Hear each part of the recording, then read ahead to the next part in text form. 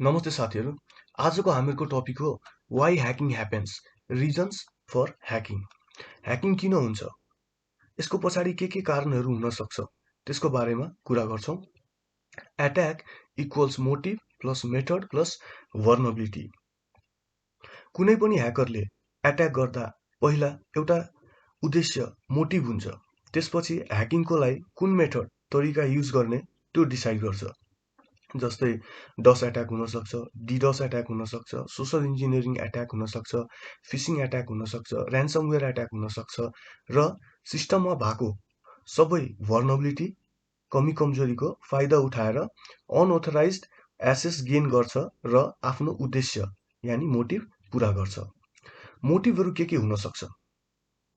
Financial loss, आफ्नो टार्गेटलाई आर्थिक रूपमा क्षति पुर्याउन हुनसक्छ। डिस्रप्ट बिजनेस कन्टिन्युटी, चलिरहेको बिजनेसको उत्पादन वा सर्भिसमा अवरोध पुर्याउन हुनसक्छ।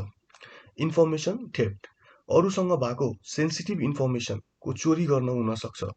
रेपुटेसन ड्यामेज, अरूको मान सम्मान इज्जत प्रतिष्ठालाई कलङ्कित गर्न हुनसक्छ।